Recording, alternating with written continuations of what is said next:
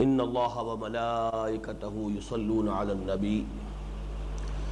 یا ایھا الذین آمنوا صلوا علیہ وسلموا تسلیما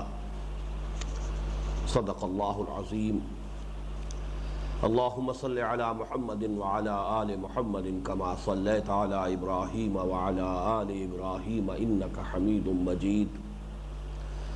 اللہم بارک علی محمد وعلی آل محمد کما بارکت علی ابراہیم وعلی آل ابراہیم انک حمید مجید وصلی وسلم وبارک علی جمیع الانبیاء والمرسلین وعلی ملائکتک المقربین وعلی عبادک الصالحین وعلینا معہم یا ارحم الراحمین۔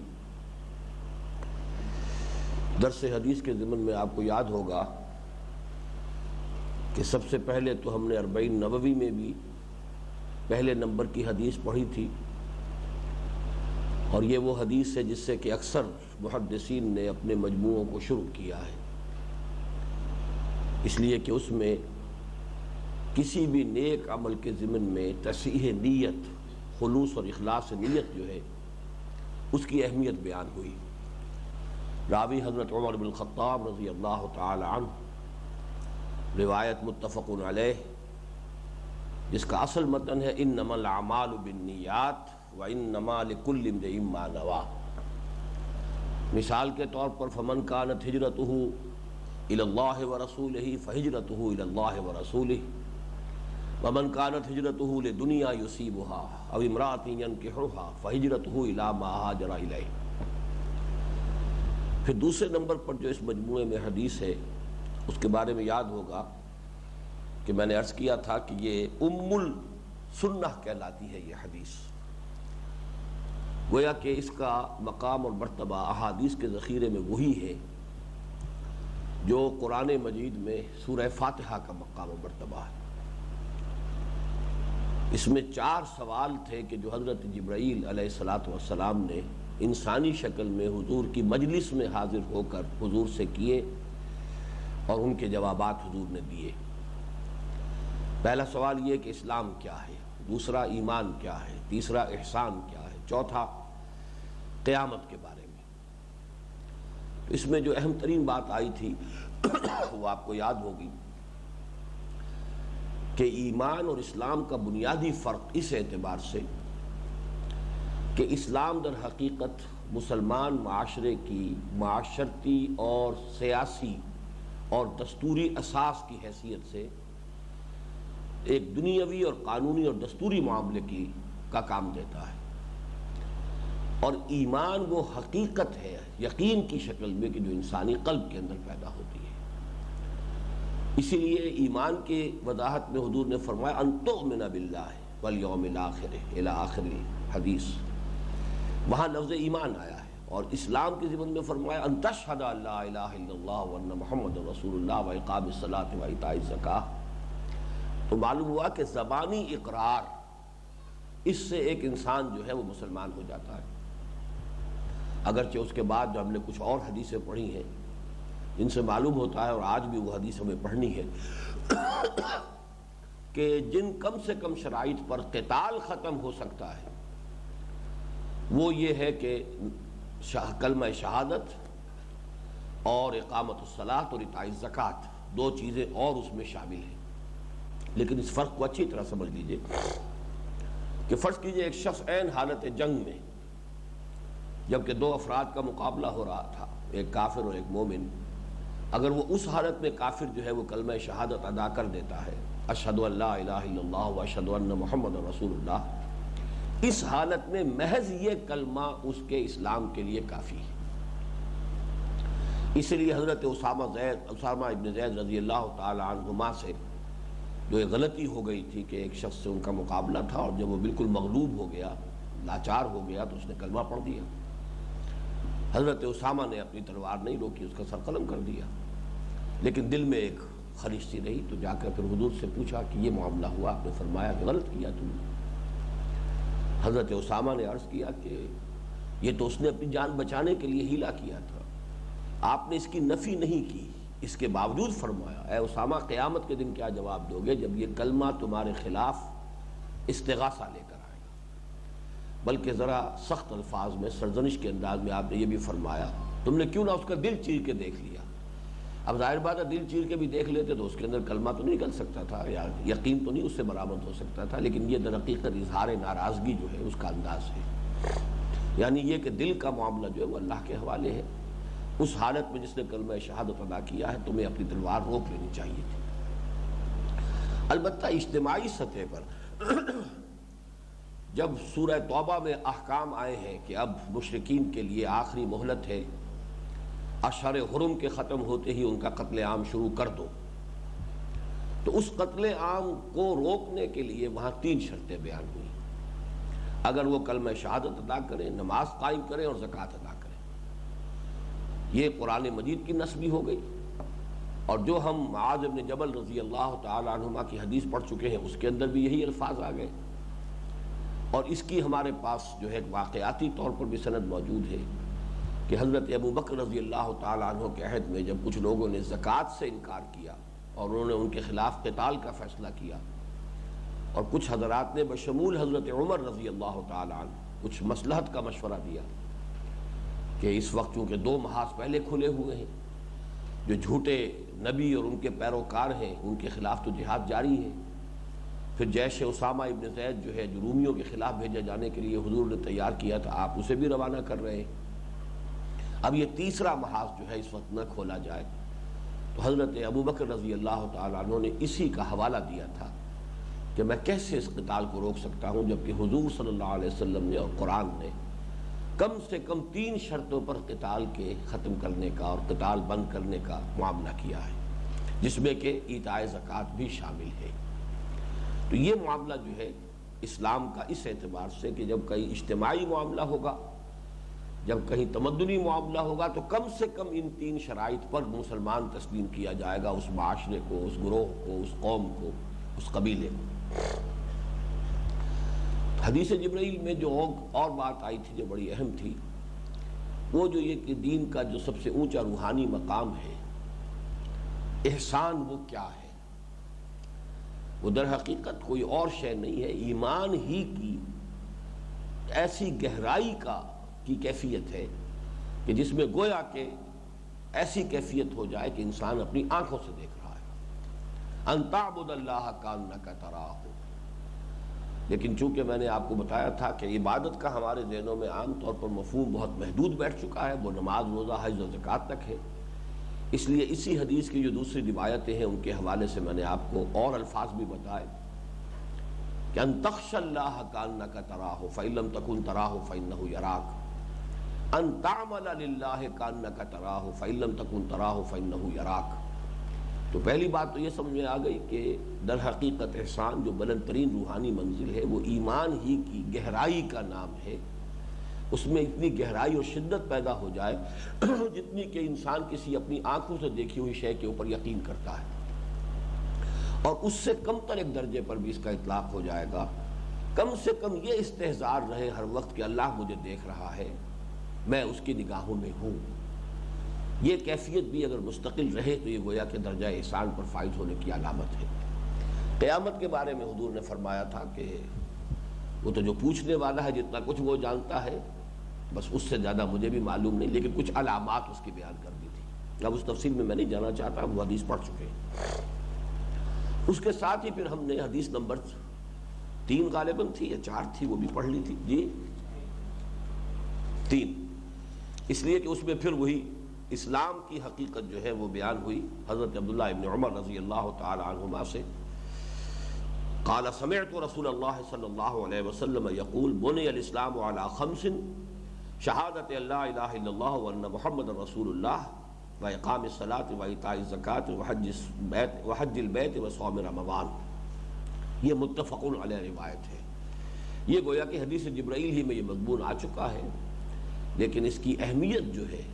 اس کے اعتبار سے امام نووی نے اس کو بھی علیحدہ سے شامل کیا۔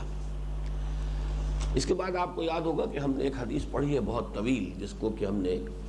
مطالعہ قرآن حکیم کے اپنے منتخب نصاب میں شامل کیا ہے،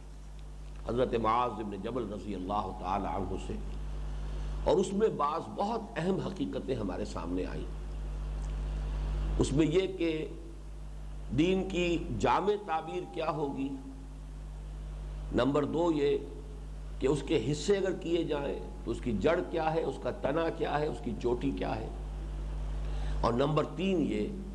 کہ جن سے بھی قتال ہو رہا ہو ان کے ساتھ معاملہ کم سے کم کتنی شرائط پر جنگ کے خاتمے کا ہو سکتا ہے۔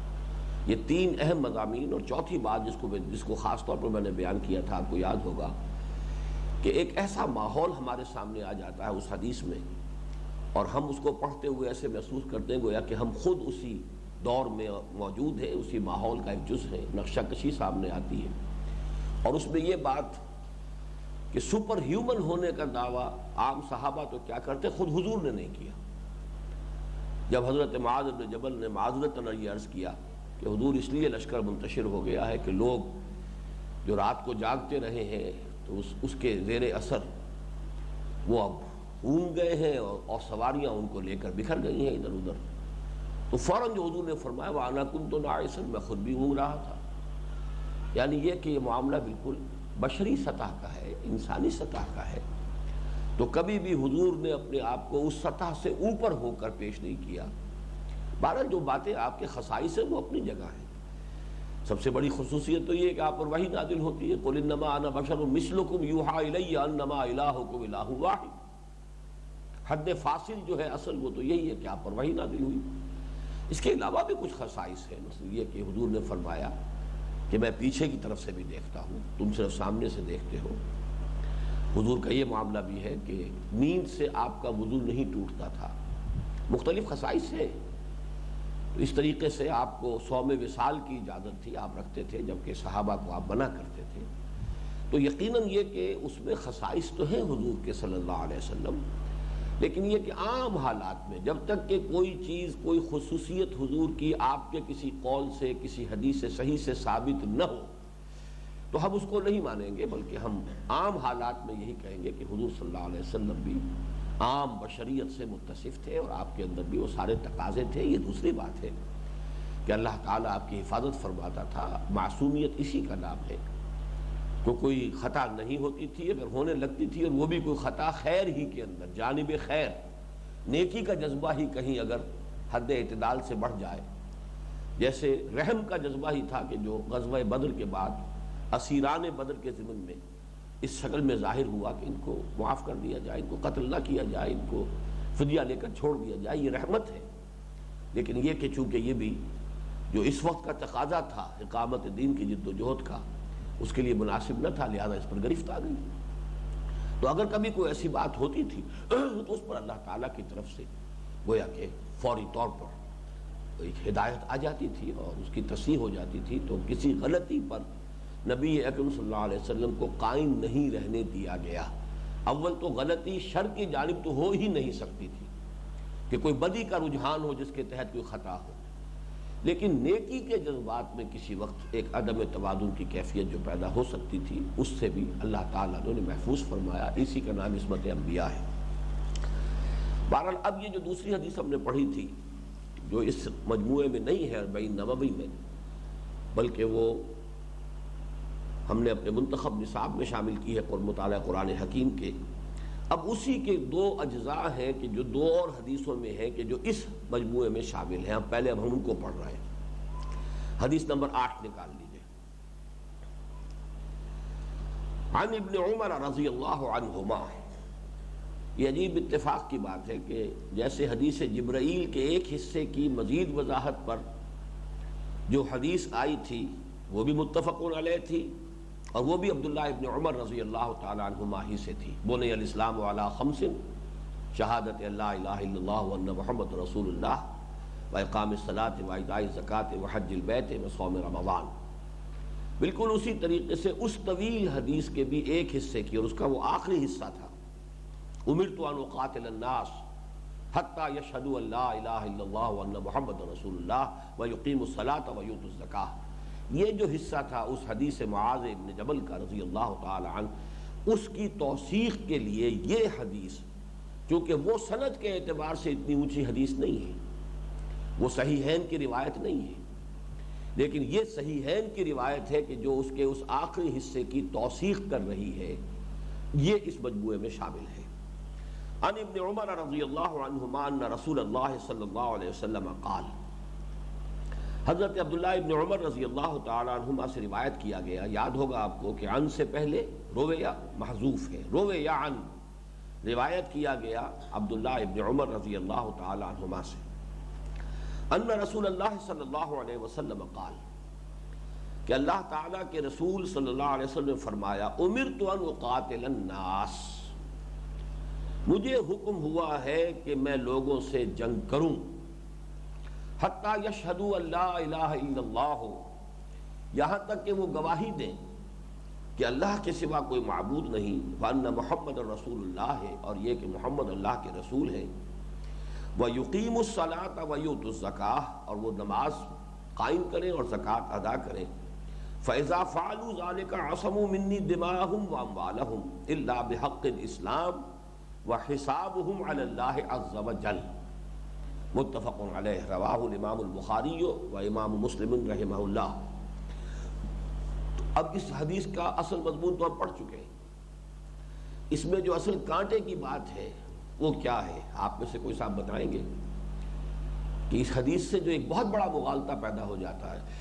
وہ تو یہ ہے، بظاہر الفاظ اگر سامنے رکھے جائیں کہ اسلام کو تلوار کے ذریعے سے ہی پھیلایا گیا ہے، اور ہر شخص کی گردن کے اوپر تلوار رکھ کر اس سے کہا گیا کلمہ شہادت ادا کرو، مجھ سے کہا گیا میں جنگ جاری رکھوں جب تک کہ لوگ اس کا اقرار نہ کریں، تو اس کا تو مطلب یہ کہ جبراً لوگوں کو مسلمان بنایا گیا۔ یہ اس کے الفاظ سے متبادر ہوتا یا نہیں ہوتا؟ مغالطہ کہاں ہے؟ یہاں الناس جو ہے وہ عام نہیں ہے، یہ حصر کے لیے نہیں ہے، یہ جنس کے لیے نہیں ہے، یہ لام عہد کا ہے، یہ محدود ذہنی ہے۔ اس سے مراد ہے صرف عرب، جزیرہ نمائے عرب میں بسنے والے مشرکین، جن کے سر خیل تھے بنی اسماعیل، اور باقی جو لوگ تھے وہ بھی ان کے تابع ہونے کے اعتبار سے انہی کے حکم میں داخل تھے۔ جزیرہ نمائے عرب میں 3 قسم کے لوگ آباد تھے، اس کی عظیم اکثریت بنی اسماعیل اور ان کے تابع مشرکین کی تھی، لیکن یہ کہ خیبر میں، مدینے میں بہت سے یہودی آباد تھے، جنوب میں یمن وغیرہ میں اور نجران میں یہ عیسائی آباد تھے۔ تو گویا کہ 2 گروہ اہل کتاب کے جزیرہ نمائے عرب میں موجود تھے، اور باقی جو لوگ ہیں وہ سب کے سب مشرکین تھے، بت پرست تھے۔ تو اس میں ہم یہ دیکھ چکے ہیں کہ جو سورہ توبہ میں جو احکام آئے ہیں وہ در حقیقت مشرکین عرب کے لیے، اور اس کی عقلی توجیہ کیا ہے؟ جس قوم کی طرف کوئی رسول براہ راست بھیج دیا جائے اور وہ قوم رد کر دے اس رسول کی دعوت کو، تو اس پر اللہ کا عذاب آتا ہے۔ جیسے حضرت نوح علیہ السلام کی قوم ہلاک کر دی گئی، غرق کر دی گئی، حضرت ہود علیہ السلام کی قوم ہلاک کر دی گئی، حضرت صالح علیہ السلام کی قوم ہلاک کر دی گئی۔ گویا کہ وہ قوم ثابت کر دیتی ہے کہ حق کے مبرہن ہو جانے کے بعد، بالکل واضح واشگاف اور عریاں طور پر سامنے آ جانے کے باوجود بھی اگر انہوں نے قبول نہیں کیا تو گویا کہ اب ان میں کوئی خیر سرے سے باقی نہیں ہے۔ اب وہ گویا کہ زمین کے اوپر کوڑے کرکٹ اور کاٹ کباڑ کی حیثیت رکھتے ہیں کہ جنہیں جمع کر کے جلا دیا جائے۔ یہ قانون خداوندی رہا ہے تمام رسولوں کے بارے میں، نبیوں کے بارے میں نہیں۔ اب حضور صلی اللہ علیہ وسلم 2 بعثتوں کے ساتھ مبعوث ہوئے، ایک آپ کی بعثت خصوصی ہے، وہ ہے بنی اسماعیل کی طرف اور ان کے تابع لوگوں کی طرف، اس لیے کہ انہی کو امی کہا جاتا تھا، ان پڑھ لوگ جن کے پاس کوئی کتاب نہیں تھی، کوئی شریعت نہیں تھی۔ هو الذی بعث فی الامیین رسولا منہم، وہی ہے اللہ جس نے کہ اٹھایا امیین میں ایک رسول انہی میں سے۔ یہ اصل میں جو بعثت ہے آپ کی، یہ بنیادی بعثت ہے، یہ بعثت خصوصی ہے الی اہل العرب، اور انہی کی زبان کو پھر عربی مبین کو اللہ تعالیٰ نے اپنے آخری کلام کے لیے چن لیا، منتخب کیا۔ گویا کہ ان پر حضور صلی اللہ علیہ وسلم کے ذریعے سے آخری درجے میں اتمام حجت ہو گیا۔ باقی نوع انسانی، پوری نوع انسانی کے لیے بھی حضور رسول ہے، وَمَا أَرْسَلْنَاكَ إِلَّا كَافَّةً لِلنَّاسِ بَشِيرًا وَنَذِيرًا، اے نبی ہم نے آپ کو نہیں بھیجا ہے مگر پوری نوع انسانی کے لیے۔ لیکن پوری نوع انسانی کو اب آپ تقسیم کیجئے. ایک تو وہ نوع انسانی ہے جو حضور کے زمانے میں بھی آباد تھی جزیرہ نما عرب کے باہر، وہاں تک تو حضور کا بھی پیغام پہنچا ہی نہیں. چند بادشاہوں کو صرف دعوتی خطوط مل جانے کا یہ مطلب تو نہیں ہے کہ دعوت کا حق ادا کر دیا گیا. آپ نے مکے میں 13 برس تک دعوت دی. کجا یہ کہ صرف کسریٰ کے نام ایک خط چلا گیا یا قیصر کے نام ایک خط چلا گیا تو وہاں کے عوام الناس جو ہے ان تک تو ابلاغ نہیں ہوا ہے، ان تک اتمام حجت نہیں ہوا ہے. تو اگرچہ جو جزیرہ نما عرب میں یہودی اور عیسائی آباد تھے ان پر اتمام حجت ہو گیا تھا، لیکن ہم یہ دیکھتے ہیں کہ اس معاملے میں قرآن مجید نے جو فیصلہ کیا وہ یہ تھا کہ چونکہ حضور ان میں سے نہیں تھے، ایک قومی مغایرت کا پردہ ضرور حائل تھا کہ ایک نسلی مغایرت ہے، وہ بنی اسماعیل میں سے ہے، یہ بنی اسرائیل میں سے ہے، لہذا اس کا بھی الاؤنس دیا گیا ہے اور ان کو انہی لوگوں میں شامل کر دیا گیا ہے جن پر گویا کہ اتمام حجت نہیں ہوا. تو حضور کے زمانے کے یہودی اور عیسائی بھی کہ جو جزیرہ نما عرب میں آباد تھے یا باہر آباد تھے وہ اسی کیٹیگری میں شامل کر دیے گئے جس میں باقی پوری نوع انسانی. اور وہ کیٹیگری یہ ہے، اب ان دو کیٹیگریز کا فرق یہ ہوگا کہ جو پہلی کیٹیگری تھی یعنی قریش اور ان کے تابع لوگ، بنی اسماعیل اور ان کے تابع مشرکین، ان کے لیے کوئی رعایت نہیں تھی. وہ تو یا ایمان لائیں اور یا قتل کر دیے جائیں گے. اس کا ہی الٹیمیٹم ہے کہ جو سورہ توبہ کی ابتدائی 6 آیات کے اندر دے دیا گیا. فَإِذَا انْسَلَخَ الْأَشْهُرُ الْحُرُمُ فَاقْتُلُوا الْمُشْرِكِينَ حَيْثُ وَجَدتُّمُوهُمْ. جب یہ محترم مہینے ختم ہو جائیں تو اے مسلمانوں اور مشرکین کو قتل کرو جہاں بھی پاؤ. البتہ باقیوں کے لیے کہہ دیا گیا کہ ان سے جنگ جاری رکھو حتیٰ یؤتوا الجزیۃ عن ید وہم صاغرون، چھوٹے بن کر رہے جزیہ دینے کو قبول کر لیں، یعنی اسلام کی بالادستی کو قبول کر لیں، لا آف دی لینڈ کی حیثیت سے، پبلک لا کی حیثیت سے اسلامی شریعت کو تسلیم کریں. خود یہودی رہے، عیسائی رہے، مجوسی رہے، ہندو رہے، پارسی رہے، کچھ بھی رہے، لیکن انہیں جزیہ دینا ہوگا اور انہیں اسلام کی بالادستی کو تسلیم کرنا ہوگا، اسلامی ریاست کی اطاعت قبول کرنی ہوگی. مذہب تبدیل کرنا ضروری نہیں ہے،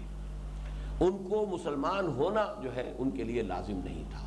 یہ وہ لوگ ہیں کہ جن کا تذکرہ یہاں ہو رہا ہے. اگر یہ بات واضح نہ رہے، امرت ان اقاتل الناس، مجھے حکم ہوا ہے کہ ایسے لوگوں کے ساتھ میں جنگ جاری رکھوں حتیٰ یشہدوا اللہ. یہ دوسرے لوگ نہیں، پہلی کیٹیگری کے لوگوں کے لیے یہ حدیث ہے کہ قریش، بنی اسماعیل اور ان کے تابع لوگوں کے بارے میں حضور کو حکم تھا، جیسے کہ میں آیت سنا چکا ہوں آپ کو، فَإِذَا انْسَلَخَ الْأَشْهُرُ الْحُرُمُ فَاقْتُلُوا الْمُشْرِكِينَ حَيْثُ وَجَدتُّمُوهُمْ. یہ گویا کہ اس کے تابع ہو جائے گا کہ اُمِرْتُ أَنْ أُقَاتِلَ النَّاسَ، مجھے اس کا حکم ہوا ہے کہ میں لوگوں سے جنگ جاری رکھوں حتیٰ یشہدوا ان لا الہ الا اللہ وان محمد رسول اللہ ویقیموا الصلاۃ ویؤتوا الزکاۃ، یہاں تک کہ وہ گواہی دیں کہ اللہ کے سوا کوئی معبود نہیں اور یہ کہ محمد صلی اللہ علیہ وسلم اللہ کے رسول ہیں، نماز قائم کریں، زکوٰۃ ادا کریں. فَإِذَا فَعَلُوا ذَلِكَ، جب یہ لوگ یہ 3 تقاضے پورے کر دیں، عَصَمُوا مِنِّي دِمَاءَهُمْ وَأَمْوَالَهُمْ، تو انہوں نے بچا لیا مجھ سے اپنی جانوں کو بھی، اپنے خونوں کو بھی اور اپنے اموال کو بھی. یعنی وہ لیگلی مسلمان تسلیم کر لیے جائیں گے. اب ان کا قتل بھی جائز نہیں ہے، ان کا مال جو ہے وہ بھی کوئی مال غنیمت کے طور پر جو ہے اس کو قبضے میں نہیں لیا جا سکتا، اس لیے کہ اب وہ لیگل مسلم ہو گئے. یہاں ہم نے دیکھا کہ وہ جو 5 شرائط ہیں، اسلام کسے کہتے ہیں، اس میں تو کلمہ شہادت کے ساتھ 4 چیزیں اور شامل ہیں، نماز، روزہ، حج، زکوٰۃ. لیکن یہ جو کم سے کم ہے کہ جس سے کسی قوم کے خلاف اگر کوئی جنگی کارروائی اس کے خلاف ہو سکتی تھی وہ بند ہو جائے گی، وہ یہ ہے کہ کم سے کم 3 شرطیں پوری ہو جائیں. اب اس میں گویا کہ ایک بات ہمارے سامنے واضح ہو گئی کہ 3 درجے ہمارے سامنے آئے ہیں اسلام کے. پہلا درجہ تو یہ ہے کہ اگر کسی ایسی سچویشن میں جبکہ ایک مسلمان اور ایک کافر، 2 اشخاص کا باہم مقابلہ ہو رہا ہے، اس وقت تو اگر وہ صرف کلمہ شہادت ادا کر دے گا تو مسلمان مان لیا جائے گا. اب نماز کا بھی وقت نہیں ہے اور زکوٰۃ کی ادائیگی کا مرحلہ بھی نہیں ہے، وہ تو اس وقت انسٹنٹینیس فیصلہ کرنا ہوگا کہ آیا اس کو مسلمان مانا جائے یا نہ مانا جائے. اس سے ہم یہ بھی ڈرائیو کریں گے کہ جس شخص کے بارے میں ہمیں کچھ اور معلوم نہیں ہے وہ اگر صرف کلمہ شہادت ادا کرتا ہے تو وہ مسلمان مانا جائے گا۔ یہ جو کلمہ شہادت ہے گویا کہ ڈھال کے مانند ہے کہ اب اس کے خلاف ہر اقدام کو وہ روک دے گی۔ اگر کچھ اور معلوم نہ ہو اور وہ کلمہ شہادت ادا کر رہا ہے تو گویا کہ اسے مسلمان مانا جائے گا لا محالہ۔ حالت جنگ میں اگر کوئی شخص مغلوب ہو گیا ہے اس وقت وہ کلمہ شہادت پڑھ دیتا ہے تو اس کو مسلمان مانا جائے گا لا محالہ۔ البتہ اگر کوئی اجتماعی معاملہ ہو رہا ہے،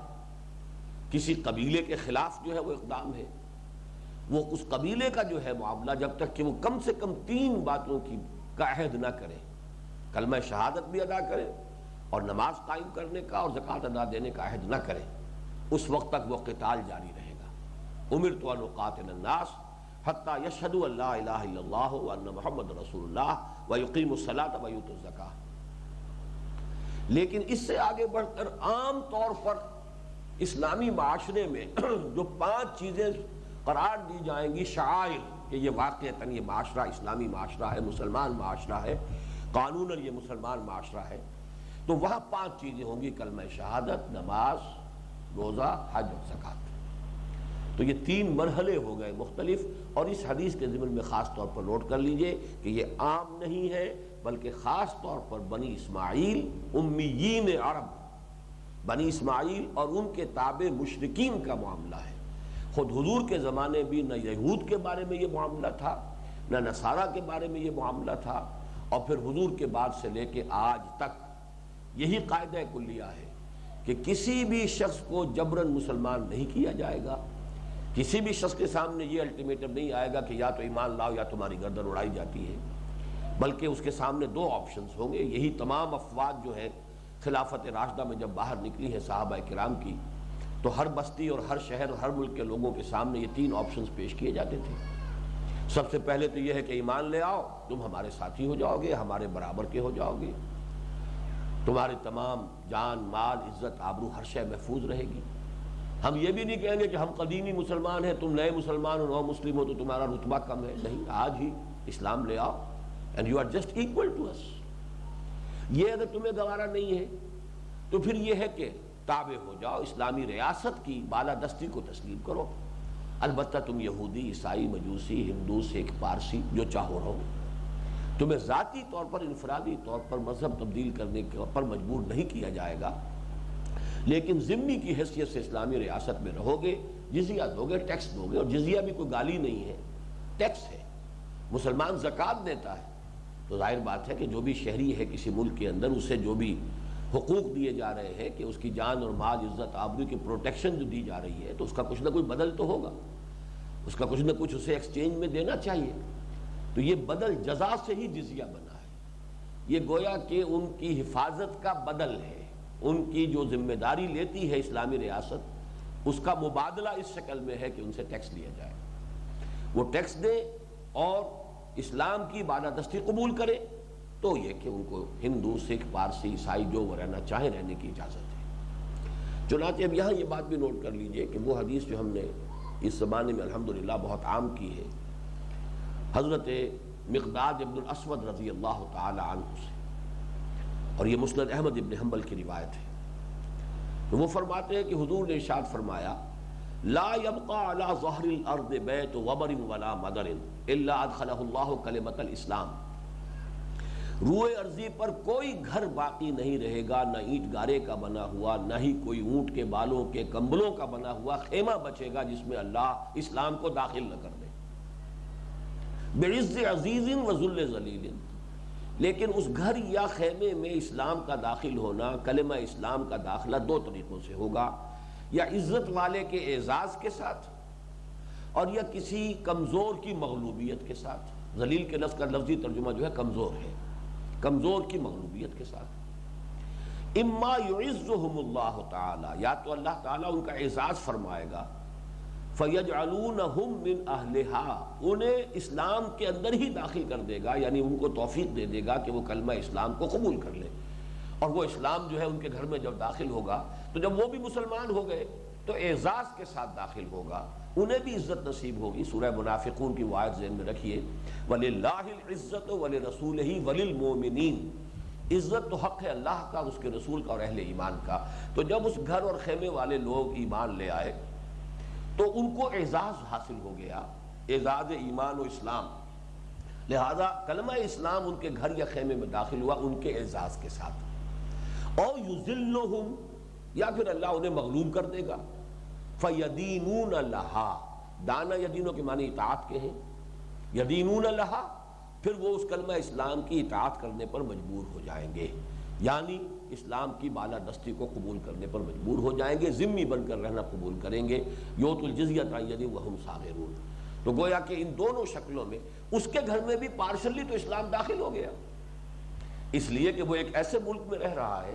جس کا لا آف دی لینڈ اسلام کی شریعت ہے، پبلک لا اسلامی قانون ہے، اس ملک میں رہ رہا ہے، اس کے ایک پرامن شہری کی حیثیت سے رہ رہا ہے، ذمہ کی حیثیت سے رہ رہا ہے، تو اسلام، کلمہ اسلام تو اس کے گھر میں بھی داخل ہو گیا، لیکن وہ محروم رہا اعزاز اسلام و ایمان سے۔ تو یہ حدیث جو ہے یہ بڑی اہم ہے، اور اس پر پھر حضرت مقداد ابن اسود جب حضور نے یہ ساری بات بیان فرما دی تو وہ کہتے ہیں فقلت، تو میں نے اپنے جی میں کہا، وَيَكُونَ الدِّينُ كُلُّهُ لِلَّهِ، کہ سورہ انفال میں جو الفاظ آئے ہیں وَقَاتِلُوهُمْ حَتَّى لَا تَكُونَ فِتْنَةٌ وَيَكُونَ الدِّينُ كُلُّهُ لِلَّهِ، تم ان سے جنگ جاری رکھو یہاں تک کہ فتنہ برقرار ختم ہو جائے، فروغ ہو جائے، اور دین کل کا کل اللہ کے لیے ہو جائے۔ دین کل کا کل اللہ کے لیے ہو جانے کی معنی کیا ہوئے کہ لا آف دی لینڈ جو ہے وہ اسلام کا ہے، چاہے وہ چھوٹے چھوٹے گھرانوں کے اندر رہنے والے لوگ وہ مسلمان نہیں ہوئے، لیکن اوپر کی چھتری جو ہے وہ تو پوری کی پوری اسلامی قانون کی ہے، اسلامی ریاست کی ہے۔ یہ حدیث جو ہے حدیث نمبر 8، اس میں جو الفاظ آئے ہیں الا بحق الاسلام، یعنی محض اس بنیاد پر تو ان کی جان اب محفوظ ہو گئی، مال محفوظ ہو گیا۔ انہوں نے جب کلمہ اسلام کہہ دیا، کلمہ شہادت ادا کیا اور نماز قائم کرنے کا وعدہ کیا اور زکوٰۃ ادا کرنے کا وعدہ کیا، تو اب وہ محفوظ ہو گئے، مسلمان شمار کر لیے گئے۔ لیکن اس کا یہ مطلب نہیں ہے کہ ان کی جان و مال کو ایسی سینکٹیٹی ہو گئی کہ اب کسی جرم کے اوپر بھی انہیں کوئی سزا نہیں دی جا سکتی۔ ایک مسلمان ہونے کے اعتبار سے بھی اگر وہ چوری کریں گے ہاتھ کٹے گا، یہ الا بحق الاسلام۔ مسلمان ہونے کے بعد اب اگر وہ زنا کریں گے تو شادی شدہ ہیں تو رجم کر دیے جائیں گے، یعنی شریعت کا جو بھی انطباق ہے، تعزیرات اور حدود کے اگر اس کے اندر آ گئے تو ظاہر بات ہے کہ ان پر اس کا اطلاق ہوگا، الا بحق الاسلام۔ یہ تو جیسے دوسرے مسلمانوں پر ہوگا،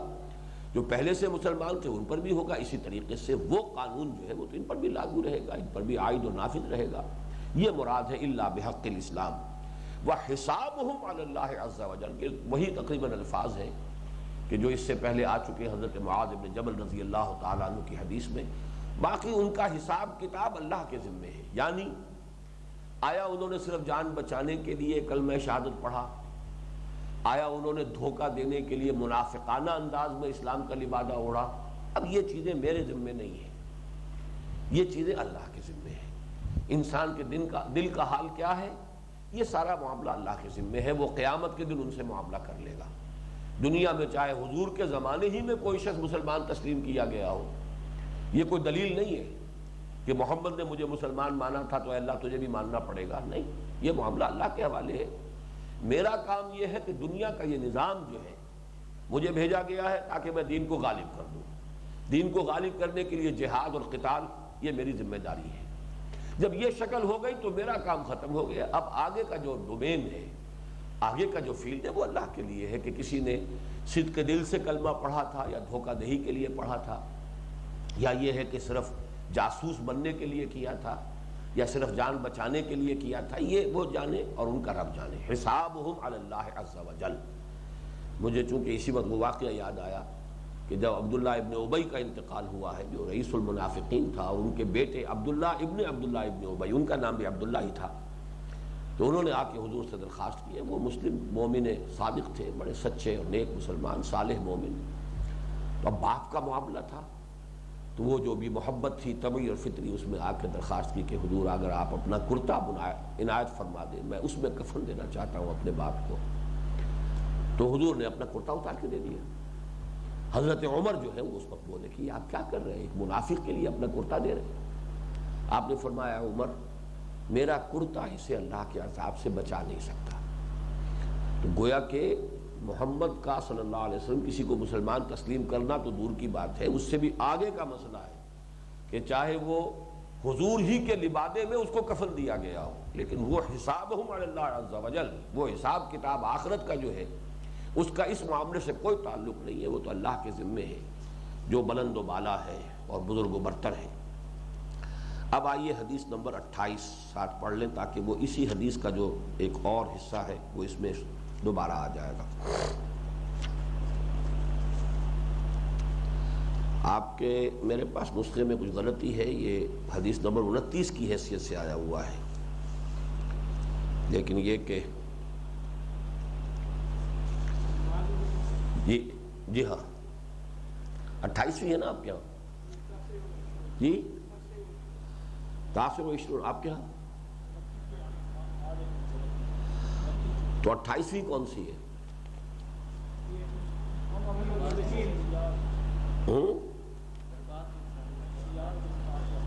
اچھا ٹھیک ہے، پھر میری اس کتاب کا ایک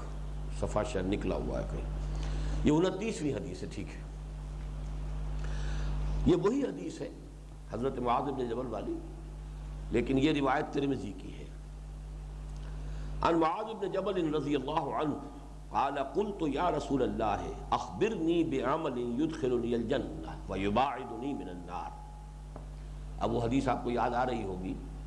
وہاں بڑی تفصیل تھی کہ کیسے یہ موقع ملا، کہاں یہ سوال کیا کہ غزوہ تبوک کی طرف جب آپ جا رہے تھے پورے لشکر کے ساتھ تو ساری رات سفر کیا، پھر صبح کی نماز پڑھی، اس کے بعد پھر سفر جاری رکھا گیا جب تک دھوپ کی تمازت تیز نہ ہو جائے، جتنا بھی راستہ قطع کیا جا سکے کر لیا جائے۔ لیکن چونکہ ساری رات، جس کو جگراتا ہم کہتے ہیں، رت جگا اردو میں ہم کہتے ہیں، تو وہ سارے رات کے رت جگے کی وجہ سے لوگ اونگ گئے۔ نتیجہ یہ نکلا کہ اونٹنیوں پر یا اونٹوں پر ان کا کنٹرول جو ہے وہ ڈھیلا پڑ گیا۔ اب کسی اونٹنی کو کہیں نظر آ گیا کیکر کا درخت، وہ وہاں کھڑی ہو گئی، اس میں سے کچھ پتے چبانے لگی، کسی کو کہیں دور نظر آیا وہ ادھر چل دیا اونٹ، تو اس طرح لشکر جو متفرق ہو گیا۔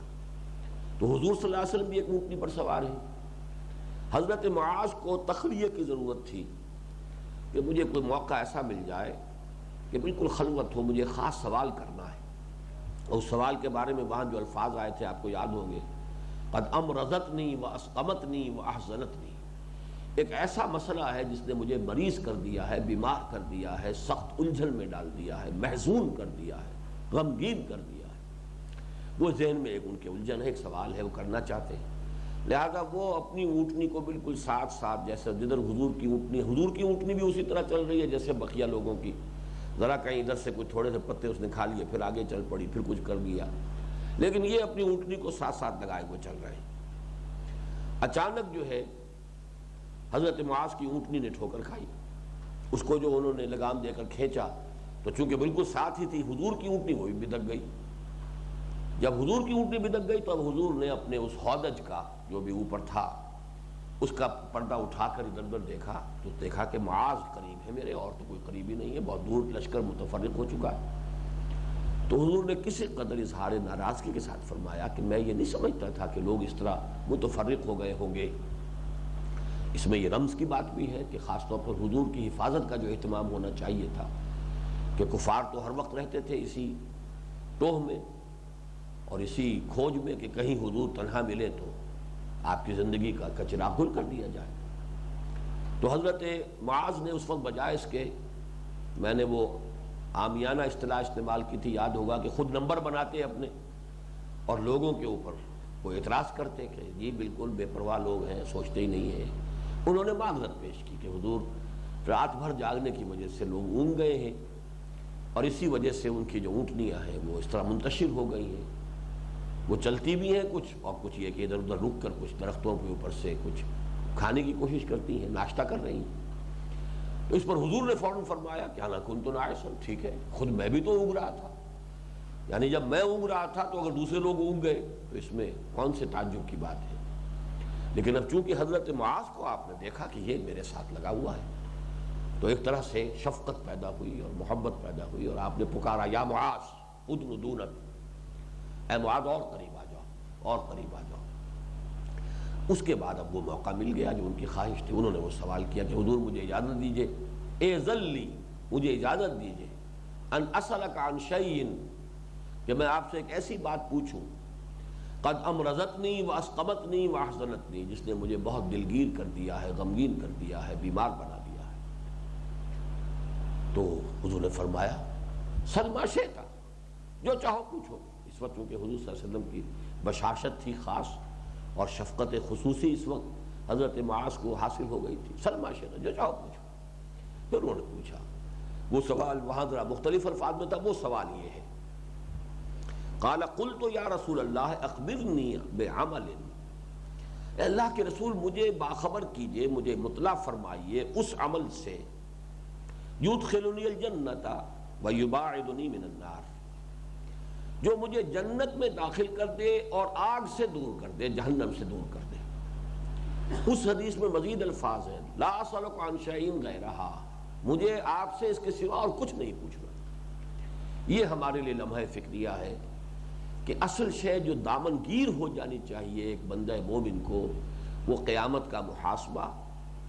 اور جنت کی طلب اور دوزخ سے اپنے آپ کو بچانے کی فکر ہے، یہ دامن گیر ہونی چاہیے۔ اگر یہ نہیں ہے تو اس کا مطلب ایمان نہیں ہے،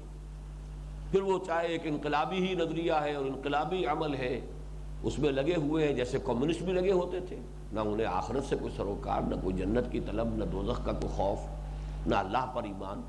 لیکن یہ کہ ایک انقلاب کے لیے، ایک جدوجہد کے لیے، ایک حقوق انسانی کے لیے،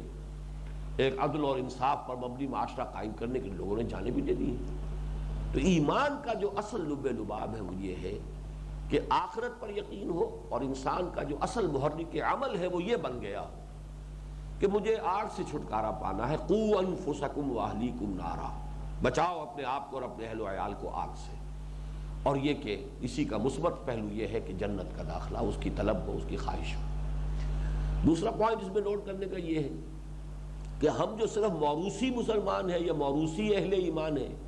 ہمیں ایمان وراثتاً صرف مل گیا ہے، ہم کتنے مطمئن ہیں کہ جنت گویا کہ ہمارا پیدائشی حق ہے، برتھ رائٹ ہمارا ہے کہ ہم جنت میں داخل ہوں۔ لیکن یہ صحابی ہیں،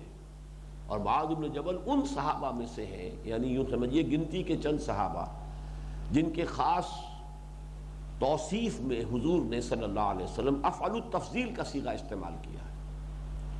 یہ سپرلیٹو ڈگری جو ہے، ارحم امتی بے امتی ابو بکر، میری امت میں امت پر سب سے زیادہ شفیق اور رحیم ابو بکر ہے، واشدہم فی امر اللہ عمر، اللہ کے معاملے میں، شریعت میں، دین کے معاملے میں سخت ترین یہ عمر ہے۔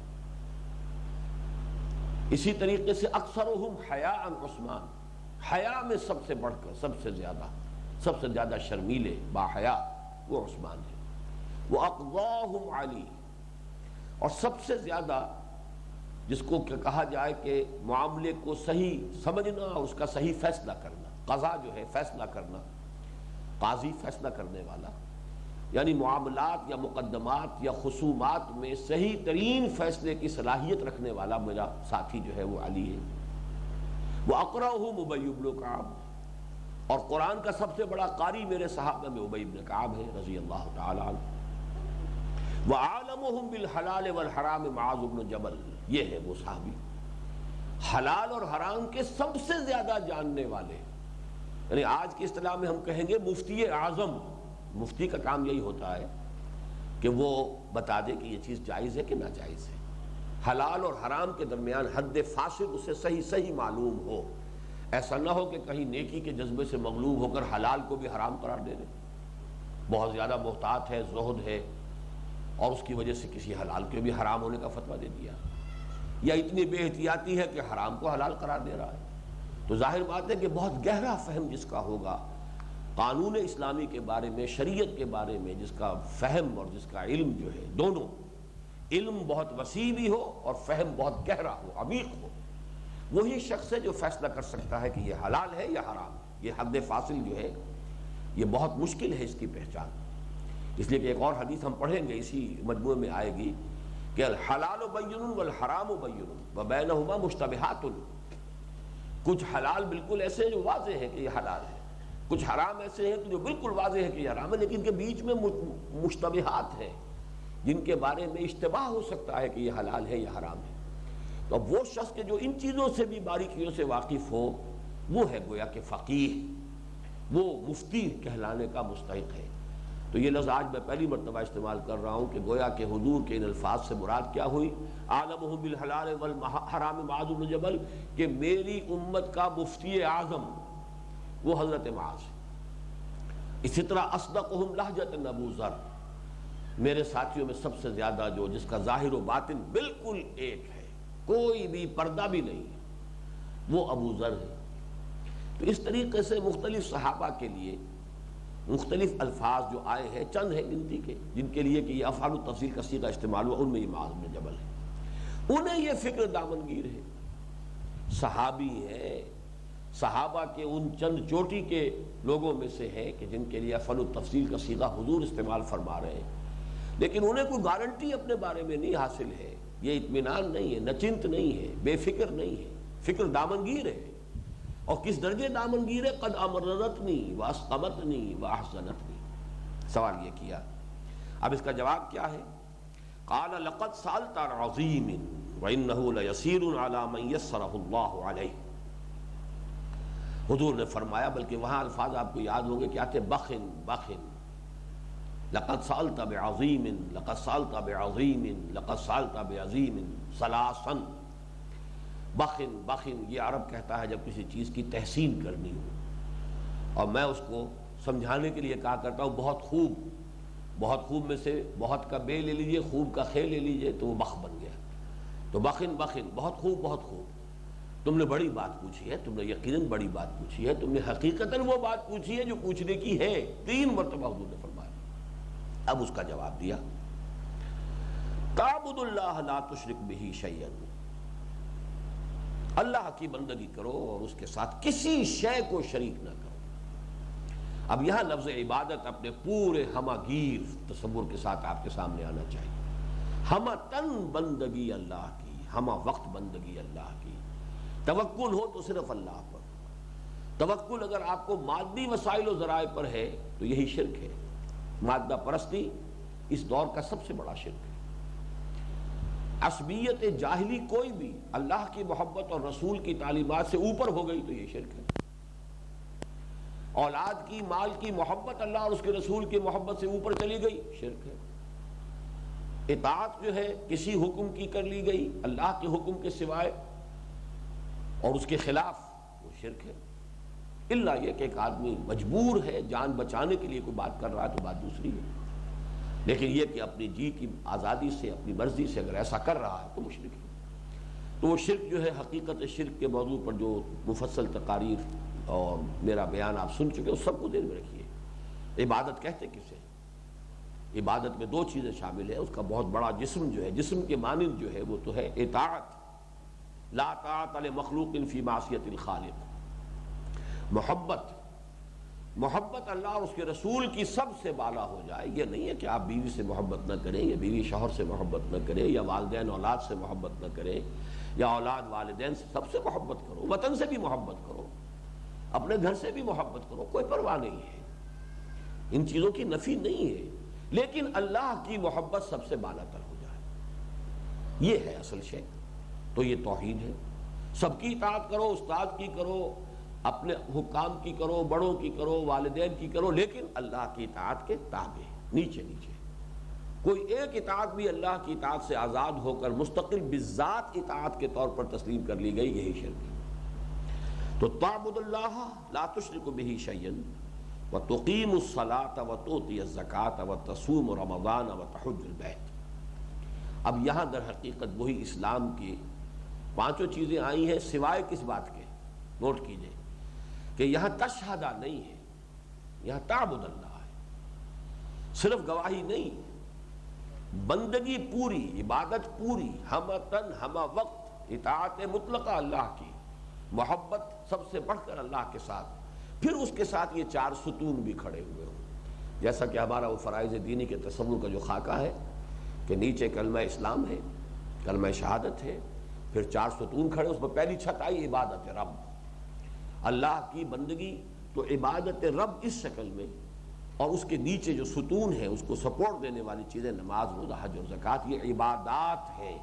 اصل عبادت ہے پوری زندگی میں اللہ کی اطاعت، اس کی محبت کے جذبے سے سرشار ہو کر۔ اب اس حدیث میں چند چیزیں اور آئی ہیں، یہ دین کی حکمت کے کچھ اور خزانے ہیں، کچھ اچھی چیزیں ایسی ہیں کہ جن کی خاص طور پر تاثیرات کا تذکرہ ہو رہا ہے۔ ثم قال الا ادلک علی ابواب الخیر، کیا میں تمہیں نہ بتاؤں؟ ادلو، یہ کیا ہے، اس کا وہ مادہ کیا ہے؟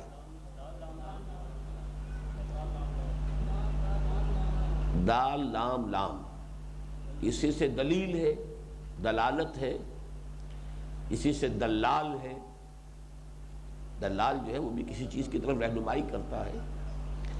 تو هل ادلکم علی تجارت تنجیکم من عذاب الیم، کیا میں تمہاری رہنمائی کروں اس کاروبار کی طرف جو تمہیں عذاب الیم سے چھٹکارا دلا دے؟ تو یہاں حضور نے فرمایا الا ادلک علی ابواب الخیر، کیا میں تمہاری رہنمائی نہ کروں خیر کے دروازوں کی جانب؟ الصوم جنۃ، روزہ جو ہے ڈھال کے مانند ہے۔ جیم نون، نون کا مادہ عربی زبان میں آتا ہے کسی شے کے مخفی ہونے کے لیے، جیم نون نون، اسی سے لفظ جن بن گیا۔ جن چونکہ ہمیں نظر نہیں آتا ہے، مخفی ہے، وہ ہمیں نظر نہیں آتا، اس لیے اسے جن کہتے ہیں۔ جنت باغ کو کیوں کہتے ہیں؟ کہ زمین ڈھپ جاتی ہے، اوپر سبزہ آ جاتا ہے، درخت ہے، زمین نظر نہیں آئے گی۔ چٹیل میدان ہے تو زمین نظر آ جائے گی، زمین کو ڈھانپ لیتا ہے سبزہ اور درخت، تو یہ جنت ہے۔ جنین، امبریو جو رحم مادر میں ہے، امبریو جنین کہلاتا ہے، وہ بچہ جو ابھی ماں کے پیٹ میں ہے وہ جنین ہے۔ تو اسی سے الصوم جنۃ، روزہ جو ہے وہ ڈھال ہے۔ کس اعتبار سے؟ نفس کی شرارتوں کے خلاف ڈھال ہے۔ ہمارے اندر جو ایڈ یا لیبیڈو ہے، جو ہمارا حیوانی نفس ہے، اس کے کچھ تقاضے ہیں۔ کھانے کو مانگتا ہے تو آدمی، اور بلکہ کھانے ہی کو نہیں مانگتا، چٹخارے بھی مانگتا ہے، تو آدمی اپنے چٹخاروں کی وجہ سے یا کبھی بھوک کی وجہ سے حرام کے اوپر مائل نہ ہو جائے۔ اس کی عادت پیدا ہو جائے گی اگر آپ نے روزے کی اب مشق کی کہ آپ بھوک کو برداشت کر سکیں، بھوک سے بیتاب ہو کر حرام کی طرف مائل نہ ہو جائے۔ روزے کا عالم ہے تو اگرچہ ایک ایسی شے آپ کے سامنے ہے کہ جو آپ کو عام حالات میں نہایت مرغوب ہے، نہایت لذیذ ہے، روزہ نہ ہو تو فوراً جھپٹیں گے اس کی طرف اور اسے آپ کھائیں گے، لیکن یہ کہ روزہ ہے، آپ رکے ہوئے، تو اس سے آپ کے اندر یہ استعداد پیدا ہو جائے گی کہ حرام سے رکنے کے لیے اپنے نفس کو قابو میں رکھ سکیں۔ اسی طریقے سے شہوت ہے، انسان کا جنسی جذبہ ہے، بہت زوردار ہے، حیوانی جذبہ ہے۔ جیسے بھوک کے ذریعے سے پریزرویشن آف دی سیلف ہے، ایک انسان کی اپنی زندگی کا جو بقا کا معاملہ ہے وہ یہ ہے کہ کھائے پیے گا، یہ ایندھن جو ہے اس کی زندگی کی اس بھٹی کو گرم رکھنے کے لیے لازم ہے، یہ ایندھن ہے۔ اسی طریقے سے پریزرویشن آف دی اسپیشیز، نسل کا بقا، اس کے لیے اللہ تعالیٰ نے بہت پورٹنٹ موٹیو رکھ دیا ہے، جنس کا، شہوت ہے۔ اب اس کو بھی جب روزے کی حالت میں انسان کنٹرول کرتا ہے تو اس سے اس کے اندر ایک صلاحیت پیدا ہوتی ہے کہ کسی بھی گناہ کے موقع پر جب کہ اندر سے داعیہ ابھرے کسی گناہ کا، فوراً انسان جو اپنے آپ کو تھام سکے، روک سکے، اس نے اپنے اندر ضبط نفس کی یہ صلاحیت روزے کی عبادت کے ذریعے سے حاصل کر لی ہو۔ تو یہ ہے الصوم جنۃ، روزہ ڈھال ہے۔ والصدقۃ تطفئ الخطیئۃ کما یطفئ الماء النار، اور صدقہ، اب یہ زکوٰۃ کی بات ہو رہی ہے، زکوٰۃ اور صدقہ یہ ایک ہی شے ہے۔ یہ میں نے کئی مرتبہ آپ کو بتایا ہے کہ اللہ کی محبت میں، اللہ کی رضا جوئی کے لیے کچھ خرچ کرنا، اس کی دو مدیں ہیں بڑی بڑی۔ ایک مد ہے غرباء، یتامى، مساکین، بیواؤں کے لیے، محتاجوں کے لیے، مسافروں کے لیے، سائلین کے لیے، یہ ایک مد ہے۔ اسی کے لیے لفظ صدقہ ہے، اسی کے لیے لفظ زکوٰۃ ہے۔ ایک ہے اللہ کے دین کے لیے خرچ کرنا، اللہ کے دین کی سربلندی کے لیے، اللہ کے دین کے پیغام کو عام کرنے کے لیے خرچ کرنا۔ اس کے لیے لفظ ہوگا انفاق، جہاد بالمال، جاہدوا فی سبیل اللہ باموالکم وانفسکم۔ جہاد کا مقصد ہے اللہ کے کلمے کی سربلندی، تو وہ جان کے ساتھ بھی ہوتا ہے، وقت بھی صرف کرنا ہوتا ہے، صلاحیتیں کھپانی ہوتی ہیں اور پیسہ لگانا ہوتا ہے۔ جہاد بالمال، اسی طریقے سے قرض حسنہ، اللہ کو قرض حسنہ دینا. ایک قرض حسنہ آپ لوگوں کو دیتے ہیں، اقرض اللہ قرضا حسنہ، اللہ کو قرض حسنہ دینا، اس کے دین کے لیے خرچ کرنا. تو صدقہ اور زکوٰۃ، ایتاء مال، اطعام، یہ مختلف الفاظ جو ہیں وہ ایک کیٹیگری کے ہیں. والصدقۃ تطفئ الخطیئۃ کما یطفئ الماء النار، اور صدقہ اور خیرات اور زکوٰۃ یہ گناہوں کو اس طریقے سے بجھا دیتی ہیں جیسے کہ پانی آگ کو بجھا دیتا ہے. آگ جل رہی ہو، پانی ڈالیں گے بجھ جائے گا. اسی طریقے سے گناہوں کی جو، اب گناہوں سے اس کو بلکہ یہ سمجھیے بڑا لطیف انداز ہے، یہ گناہوں کے ذریعے سے ہم نے اپنے اندر اپنی جہنم دہکا رکھی ہے. ہماری جہنم ہمارے اندر ہے، ہماری جنت ہمارے اندر ہے. اگر ہم نے نیکیاں کمائی ہیں تو وہ ہمارے ہی وجود میں کہیں ریکارڈ ہو رہی ہیں، اور اس کی وجہ سے ایک انبساط، ایک انشراح، شرح صدر جسے کہا گیا ہے، وہ اس دنیا میں بھی انسان کو حاصل ہوتا ہے. سخت قسم کی تکالیف میں بھی وہ دل جمی کی کیفیت اسے حاصل رہتی ہے. یہ اس کی جنت ہے اس دنیا میں. چنانچہ امام ابن تیمیہ کا بڑا مشہور قول ہے، جب انہیں جیل میں ستایا جا رہا تھا، ٹارچر کیا جاتا تھا، تو وہ کہا کرتے تھے ان جنتی معی، میری جنت میرے ساتھ، میرے اندر موجود ہے. تمہاری یہ تعذیب، تمہاری یہ پرسیکیوشن جو ہے مجھے پریشان نہیں کر سکتی. یعنی میرا دل اپنی جگہ پر مضبوطی کے ساتھ قائم ہے، مطمئن ہے. تم میرے جسم کو تکلیف دے سکتے ہو، میری روح کو اور میرے دل کو اذیت نہیں دے سکتے، وہ تو بالکل اطمینان کے ساتھ ہے. تو یہ گویا کہ اگر کسی نے گناہ کیے ہیں تو ہم یہ کہہ سکتے ہیں اس نے اپنے اندر اپنی دوزخ دہکا رکھی ہے، اپنی جہنم بھڑکائی ہوئی ہے. اب یہ اپنے اندر کی جہنم کی اس آگ کو ٹھنڈا کرنے کے لیے صدقہ جو ہے وہی کام کرے گا جیسے خارج کی آگ کو بجھانے کے لیے پانی کام کرتا ہے. وَالصَّلَاةُ الرَّجُلِ فِي خَوْفِ اللَّيْلِ فِي جَوْفِ اللَّيْلِ،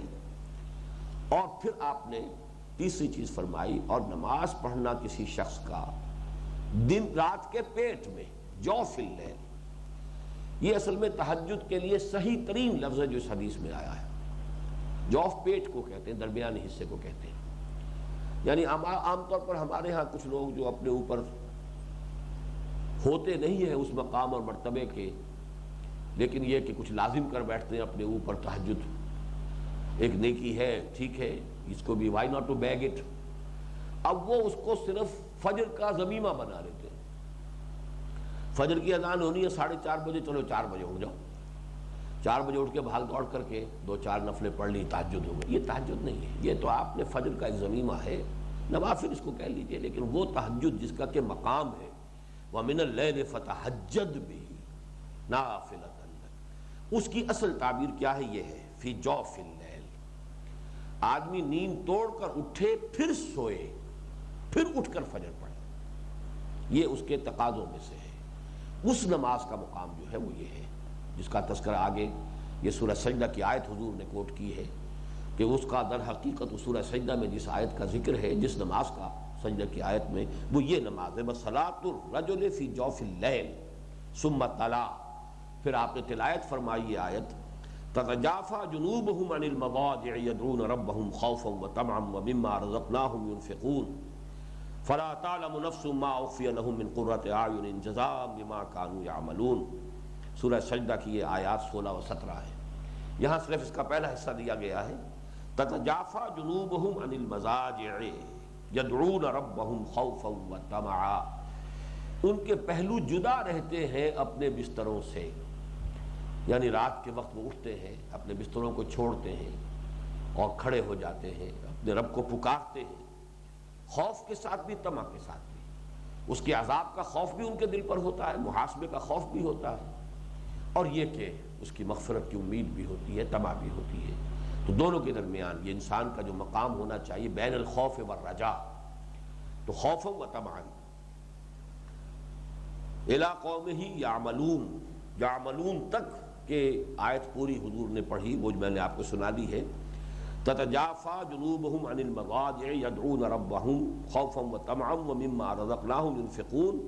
فلا تعلم نفس ما اخفي لهم من قرة اعين جزاء بما كانوا يعملون. تو یہ حدیث میں سے درمیانی الفاظ جو ہے حذف کر دیے گئے آیات کے، اس حسن ظن کی بنا پر کہ یہ مسلمانوں کو یہ آیات تو یاد ہی ہوں گی کہ وہاں سے یہاں تک یہ آیات جو ہیں دو حضور نے تلاوت فرمائی۔ اب یہاں اس نماز کے بارے میں نہیں فرمایا کہ اس کا مقام کیا ہے، اس لیے کہ الصوم جنۃ جملہ مکمل ہو گیا، الصوم جنۃ، صوم مبتدا جنہ خبر، روزہ تو ڈھال ہے، والصدقۃ تطفئ الخطیئۃ کما یطفئ الماء النار، یہ بھی جملہ مکمل ہو گیا، الصدقۃ مبتدا ہو گیا اور باقی یہ خبر چلی آ رہی ہے، وصلاۃ الرجل فی جوف اللیل، اب اس کے آگے نہیں فرمایا اس کا کیا مقام ہے، اس کی کیا حیثیت ہے، اس کی کیا فضیلت، کچھ نہیں فرمایا۔ حضور بھول گئے یا کیا ہوا؟ تو اس کو نوٹ کر لیجئے، عربی زبان میں حذف کا ایک اصول ہے اور حذف میں بڑی عظمت ہوتی ہے، یعنی یہ تو ایسی شے ہے کہ جس کا مقام بیان ہی میں نہیں آ سکتا، یہ تو اتنا اونچا درجہ ہے کہ جس کی فضیلت جو ہے الفاظ اس کے حامل اور محتمل نہیں ہو سکتے، تو حذف کر دینا کسی شے کی تعظیم کے لیے، تو یہ چیز جو ہے یہ اسالیب قرآن کے حوالے سے مولانا حمید الدین فراہی رحمۃ اللہ علیہ نے جو چند باتیں بہت واضح کی ہیں بہت خوبصورتی کے ساتھ، کہ حذف جو ہے وہ کبھی کہیں زیادہ فصیح ہو جاتا ہے، زیادہ بلاغت ہو جاتی ہے اس میں، اس بات کو ظاہر کرنے میں شاید کچھ کمی ہو جائے،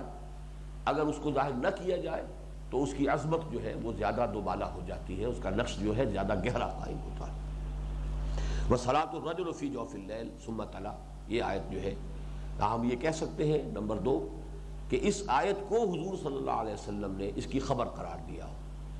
فَلَا تَعْلَمُ نَفْسٌ مَا أُخْفِيَ لَهُم مِّن قُرَّةِ أَعْيُنٍ، یہ گویا کہ اس کی خبر ہو، واللہ اعلم۔ ثم قال، اب یہ درمیانی جو حصہ تھا اس حدیث کا، یہ وہ جو ہم پڑھ چکے ہیں طویل حدیث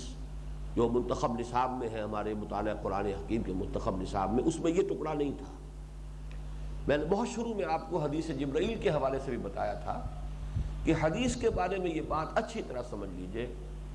کہ اس کے رپورٹنگ میں کچھ نہ کچھ کمی بیشی، کچھ آگے پیچھے ہو جانا بالکل فطری ہے، یہ لفظاً اس طرح محفوظ نہیں ہے جیسے قرآن محفوظ ہے، معنن محفوظ ہے لیکن لفظاً محفوظ نہیں ہے، معنن بھی تمام حدیثیں نہیں، مطلب جو حدیث متفق علیہ ہے، جو حدیث صحیح ہے، محدثین کے معیار جنہوں تعدیل کو اوپر پوری اتر آئی ہے، وہ معنن تو محفوظ ہے لیکن لفظاً ہم اس کو بھی نہیں کہہ سکتے، جس کی سب سے بڑی دلیل یہ ہے، اس کے بارے میں تو ہم کہہ سکتے ہیں امکان ہے کہ یہ جو بات حضرت معاذ بن جبل فرما رہے ہیں حضور نے کسی اور موقع پر بھی یہ بات کہی ہو، راوی ایک ہی ہے، لیکن وہ جو موقع تھا سفر تبوک کے دوران جبکہ خاص تخلیہ حاصل ہو گیا تھا، گفتگو وہ ہوئی ہو جو اس حدیث میں آئی ہے، کسی اور موقع پر بھی یہ مکالمہ ہو سکتا ہے جس میں یہ بات آئی ہو، لیکن حدیث جبرائیل کے حوالے سے میں نے خاص طور پہ اسی لیے آپ کو بتایا تھا کہ وہ واقعہ تو ایک ہی مرتبہ ہوا، اس میں کوئی امکان ہی نہیں ہے کہ 2 بار وہ واقعہ ہوا ہو، اور صحابہ کی مجلس میں ہوا۔ آج بھی میں نے جب تذکرہ کیا تھا تو مجلس میں حاضر ہو کر کے الفاظ استعمال کیے تھے، اب اسی مجلس میں عمر بھی ہیں، عبداللہ ابن عمر بھی ہیں، عبداللہ ابن عباس بھی ہیں، ابو ہریرہ بھی ہیں، سب کے سب اسی مجلس میں موجود ہیں، لیکن جیسے یہ کہ میں جو کچھ کہہ رہا ہوں 4 آدمیوں سے 1 گھنٹے کے بعد آپ پوچھیں گے تو ان کے الفاظ علیحدہ ہو جائیں گے، چاہے مفہوم ایک ہو، کچھ نہ کچھ تو فرق ہو جائے گا۔ اسی طریقے سے ہم دیکھتے ہیں اس حدیث کے الفاظ میں بھی فرق ہے، ان تعبد اللہ کانک تراہ، ان تخشى اللہ کانک تراہ، ان تعمل للہ کانک تراہ۔ اسی طریقے سے حدیث کا جو آخری حصہ پھر آتا ہے اس میں تو بہت ہی اختلافات ہیں، بعض جگہ معلوم ہوتا ہے کہ حضور صلی اللہ علیہ وسلم نے فرمایا کہ واپس لاؤ اس شخص کو، اور جب وہ دیکھا گیا تلاش کیا گیا کہ تو کہیں نہیں مل رہا تھا، آپ نے کہا او ہو یہ جبرائیل تھے جو تمہیں تمہارا دین سکھانے آئے تھے، اور یہ پہلی مرتبہ ہوا ہے کہ میں بھی ان کو پہچان نہیں سکا۔ اب یہ بڑا اہم حصہ ہے، لیکن یہ حضرت عمر رضی اللہ تعالیٰ عنہ والی روایت میں یہ نہیں ہے، لیکن معلوم ہوتا ہے کہ حضرت عمر اس کے فوراً بعد چلے گئے، اور 3 دن تک جو ہے، چونکہ بعد سلاسن کے الفاظ آتے ہیں، 3 دن تک وہ خود تو اسی ادھیڑ بن میں ہے کہ کیا ماجرا تھا، یہ کون شخص تھا، یہ کون تھا جس نے اس طرح سوال کیے۔ پھر جب ملاقات ہوئی حضور سے تو حضور نے پوچھا، شاید آپ کو اندازہ ہو گیا ہوگا کہ عمر کے چہرے پہ کوئی الجھن کے آثار ہیں، شاید اسی واقعے کے بارے میں وہ الجھن ہے، کیا عمر اتدری من السائل، تمہیں پتہ بھی چلا کہ نہیں کہ وہ سائل کون تھا؟ عرض کیا کہ اللہ و رسول عالم، اللہ اس کا رسول جانتے ہیں، مجھے تو نہیں معلوم۔ پھر آپ نے فرمایا انہ جبریل، وہ تو جبرائیل تھے۔ تو حدیث کے اختتام کے اندر بڑا فرق ہے، اور ظاہر بات ہے ڈسکرپشن ہے، ڈسکرپٹیو جو ہے شروع کے حصے میں بھی فرق ہوگا، بلکہ بعض تو اس کے اندر فرق اس درجے تک ہے کہ پہلا سوال بعض روایات کی روح سے ایمان کا تھا، اخبرنی عن الایمان،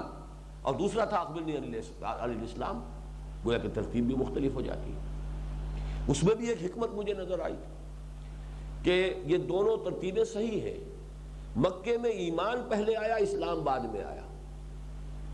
اور ہم مسلم پہلے ہوتے ہیں، مومن تو پھر جس کو بھی نصیب ہو جائے مومن ہونا وہ تو پھر بڑی بات ہے، مسلم تو ہم پیدائشی ہیں، ہمارے ایک کان میں اذان دوسری میں اقامت جو ہے پیدا ہوتے ہی کہی گئی ہے۔ اللہ، رسول، جنت، دوزخ، یہ نام ہم نے اپنے والدین سے سیکھ لیے ہیں۔ 5 برس کے نہیں ہونے پاتے ہیں بچے، 2 2.5 برس کے بچے بھی والدین کے ساتھ جو ہے الٹا سیدھا ہونا شروع کر دیتے ہیں، نماز پڑھنے کے لیے کھڑے ہو جاتے ہیں ہاتھ باندھ کے۔ تو گویا کہ ہمارے لیے تو پہلے اسلام ہے پھر ایمان ہے، جس کو بھی نصیب ہو جائے۔ بہت شاذ ہیں وہ لوگ جنہیں وہ ایمان نصیب ہو جائے، لیکن اسلام تو آ گیا نا پہلے۔ اور یہی بات کہی ہے محمد مارگریٹ پکتھال نے، بڑی ہی ذہانت کی بات ہے یہ، میرے علم میں نہیں ہے کہ کسی اور شخص کا ذہن ادھر گیا ہو یا کسی اور شخص نے یہ بات کہی ہو۔ اس نے جو پریفیس لکھا ہے اپنے ترجمہ قرآن کا، دی گولڈن قرآن غالباً نام ہے اس کا، گلوریس قرآن، دی گلوریس قرآن، اس کا جو پریفیس ہے، ایک تو یہ کہ سیرت النبی پر اتنا کانسائز، اتنا صحیح، اتنا مختصر آپ کو شاید کوئی بیان نہ ملے، شاید 30 صفحے بنتے ہیں اس کے، لیکن سیرت کا بہترین جو ہے وہ اس کی تعبیر ہے۔ پھر اس ایشو کو بھی اس نے ڈسکس کیا ہے کہ کیا وجہ ہے کہ جو صورتیں 12-13 برس بعد جا کر نازل ہوئی، شروع میں ان کو رکھ دیا قرآن مجید میں۔ سورہ بقرہ مدینے میں پہلی صورت ہے، لیکن یہ کہ 13 برس تو گزر چکے نا مکے کے۔ سورہ آل عمران اور 1 سال بعد، سورہ نساء اور 2 سال بعد، سورہ مائدہ اور 1 سال بعد، تو یہ جو ہے شروع میں، اور بالکل شروع میں نازل ہونے والا قرآن جو ہے وہ آخر میں رکھ دیا گیا۔ یہ کیا وجہ ہے؟ انہوں نے یہ کہا ہے کہ وہ ہے ایمان کی مباحث پر مشتمل، اور ترتیب جو تاریخی ہے وہ یہی ہے کہ پہلے ایمان سکھایا گیا پھر اسلام آیا، لیکن جب اسلام نے ایک ریاست اور معاشرے کی شکل اختیار کر لی تو اب ترتیب الٹی ہو گئی، اب پہلے کوئی شخص مسلمان ہوتا ہے پھر اسے ایمان جو ہے وہ حاصل ہوتا ہے۔ تو اب یہی ترتیب مجھے اس روایت کی یہ 2 جو ترتیبیں ہیں اس کے اندر یہ حکمت نظر آتی ہے کہ ایک میں ایمان پہلے پھر اسلام پھر احسان، دوسری میں جو ہم نے پڑھی ہے حضرت عمر رضی اللہ تعالیٰ عنہ سے جو روایت ہے، پہلا سوال ہے اخبرنی عن الاسلام، دوسرا اخبرنی عن الایمان، تیسرا اخبرنی عن الاحسان۔ تو اسی طریقے سے میں نے یہ بیان کر رہا تھا کہ یہ فرق جو ہے یہ ایک اور گواہی ہے کہ اب یہ ہو سکتا ہے کہ یہ وہی واقعہ ہو،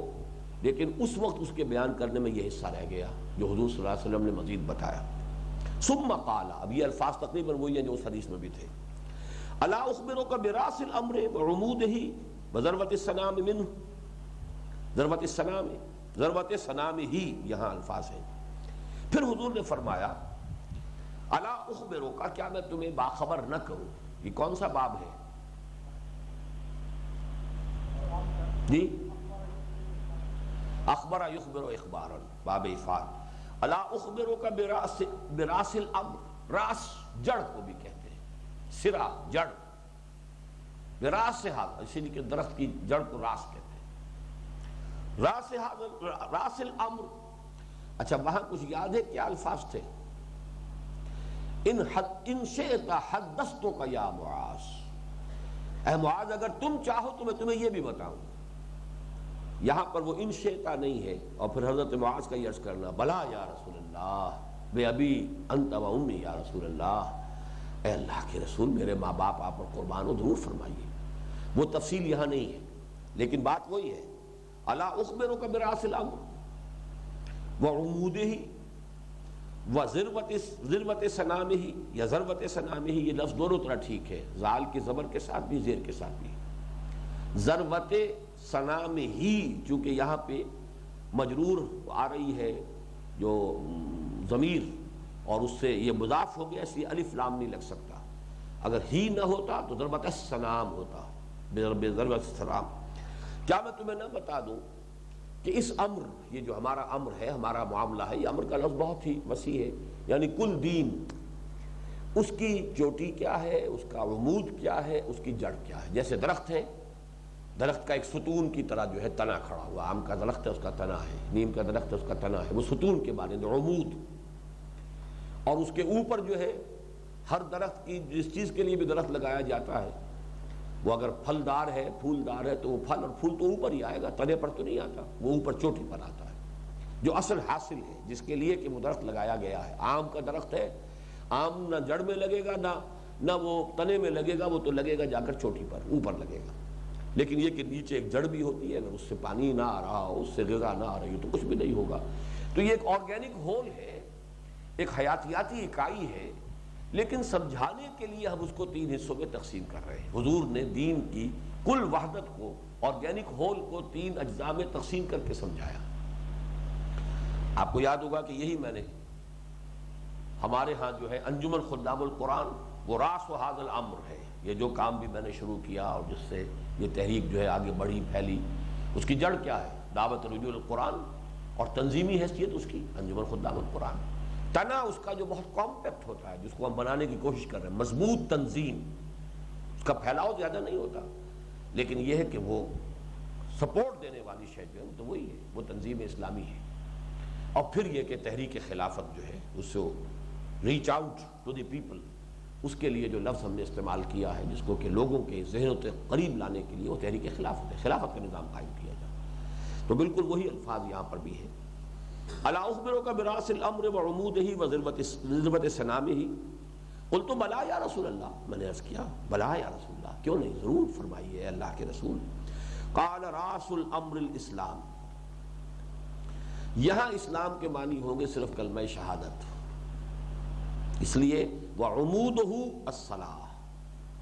نماز کو ستون کی شکل دی ہے. الصلاۃ عماد الدین، نماز جو ہے وہ دین کا ستون ہے. وہاں اس حدیث میں تھا اقام الصلاۃ و ایتاء الزکوٰۃ، وہ 2 کو بنا. تو اصل میں اصل مفہوم کو دیکھیے، جڑ کیا ہے؟ وہ کلمہ اسلام ہے، جیسا کہ وہ حضرت مقداد والی روایت میں آیا ادخلہ اللہ کلمۃ الاسلام. کوئی گھر نہیں بچے گا نہ اینٹ گارے کا بنا ہوا، نہ ہی کوئی خیمہ رہے گا جس میں اللہ تعالیٰ کلمہ اسلام کو داخل نہ کر دے. تو یہاں پر بھی اسلام سے مراد وہ کلمہ اسلام ہے، اشہد ان لا الہ الا اللہ واشہد ان محمد رسول اللہ. اسی لیے میں نے آج شروع میں وضاحت کی تھی کہ ایک تعبیر اسلام کی صرف کلمہ شہادت ہے. ایک تعبیر اس سے آگے آئیے تو 3 چیزیں شامل ہو جائیں گی، کلمہ شہادت، نماز اور زکوٰۃ. لیکن اس کی عمومی تعبیر جو ہے معاشرے کے اندر اس کے جن کو ہم کہیں گے کہ یہ اسلام کے شاعر ہیں، وہ پھر کلمہ شہادت، نماز، روزہ، حج اور زکوٰۃ. تو یہ 3 مراحل اسی لیے میں نے آج پوری طریقے سے پہلے بیان کر دیے تھے. قال راس الامر الاسلام وعمودہ الصلاۃ، اور اس کا تنا یہ نماز ہے. وضربۃ سنامہ الجہاد، اور اس کی چوٹی جو ہے وہ جہاد ہے. یہ تفصیل سے آ چکا ہے اس حدیث کے اندر، ہم اس پر گفتگو کر چکے ہیں. قال الا اخبرک بملاک ذلک کلہ، بملاک ذلک کلہ یا ملاک ذلک کلہ، ملاک ذلک کلہ، تو کیا میں تمہیں اس کی بھی نہ خبر دے دوں؟ ان تمام چیزوں کا سردار، ان تمام چیزوں کو جمع کرنے والی، جوڑنے والی، ان سب کو اپنے احاطے میں لے لینے والی شے کیا ہے؟ یہ ایک اور اہم حقیقت ہے جو اس حدیث میں سامنے آ رہی ہے، اضافی. قلت بلا یا رسول اللہ، میں نے عرض کیا ضرور اے اللہ کے رسول، ضرور فرمائیے. ان تمام چیزوں کو جوڑنے والی شے کون سی ہے؟ فأخذ بلسانه وقال کف علیک بہذا، کف علیک ھذا. حضور نے اپنی زبان مبارک پکڑی خود یوں اور فرمایا اس کو روک کر رکھو، تھام کر رکھو. کف علیک ھذا یعنی یہ کہ زبان کو قابو میں رکھو، اس سے کوئی لا یعنی لفظ نہ نکلنے پائے، کوئی بے معنی، کوئی تہمت، کوئی الزام تراشی، کوئی غیبت، بیکار کی بات. وہ جو ہم نے پڑھا ہے اس سے پہلے کہ لغو سے بھی اعراض کرتے ہیں، والذین هم عن اللغو معرضون، وہ معصیت نہیں ہے، بیکار سے، بیکار باتوں میں زبان درازی ہو رہی ہے، چل رہی ہے زبان، قصہ گوئی ہو رہی ہے،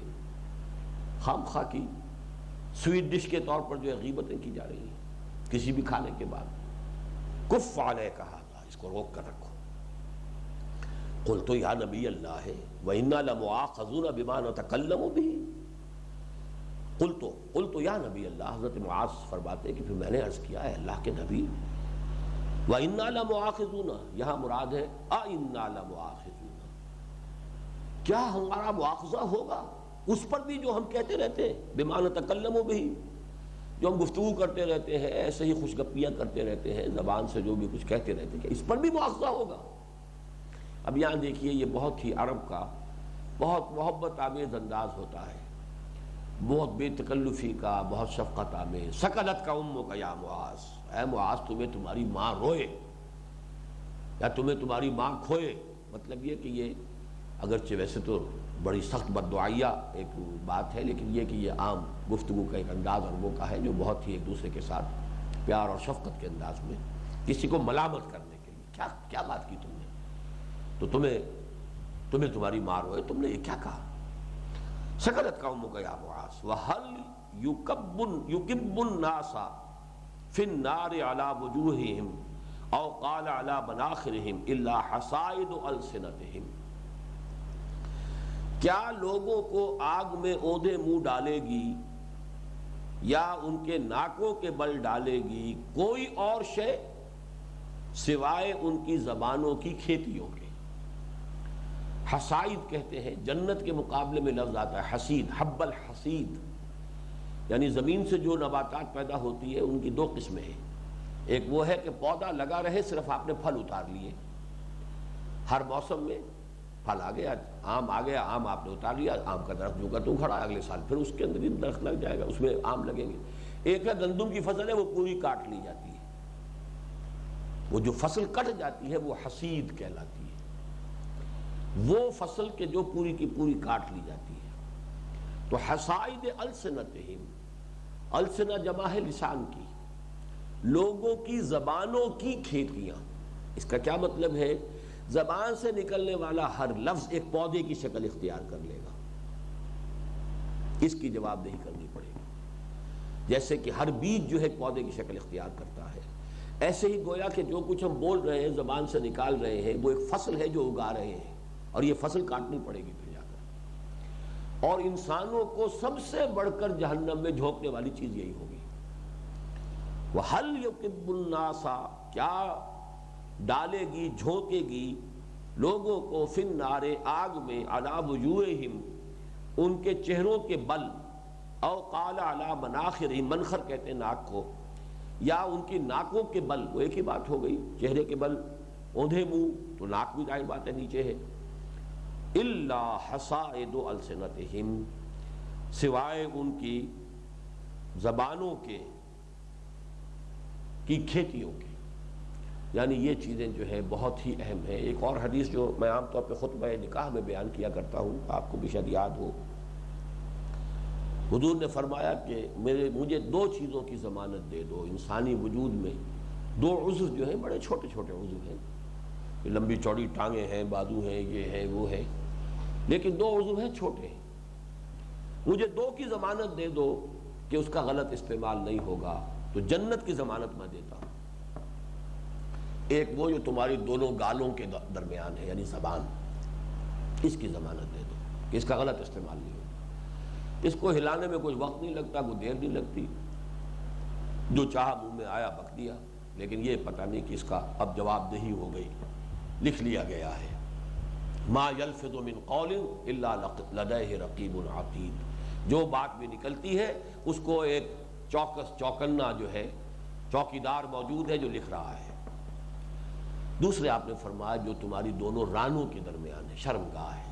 اس لیے کہ شہوت کا جذبہ بھی انسان کے اندر جو ہے بہت قوی ہے، اگر انسان اس سے مغلوب نہ ہو اور ایک زبان کا استعمال صحیح رکھ سکے، اس کو قابو میں رکھ سکے، تو پھر یہ کہ باقی پورا جسم تو بیچارہ جو ہے وہ آسانی کے ساتھ کنٹرول میں آ جاتا ہے۔ اس لیے فرمایا کہ اگر تم ان دو اعضاء کی ضمانت مجھے دے دو تو جنت کی ضمانت میں تمہیں دیتا ہوں۔ اللہ تعالی ہمیں ان احادیث کا صحیح فہم عطا فرمائے اور پھر ان کے مطابق عمل کی توفیق عطا فرمائے۔ سبحانک اللہم و بحمدک، نشہد ان لا الہ الا انت، نستغفرک و نتوب الیک۔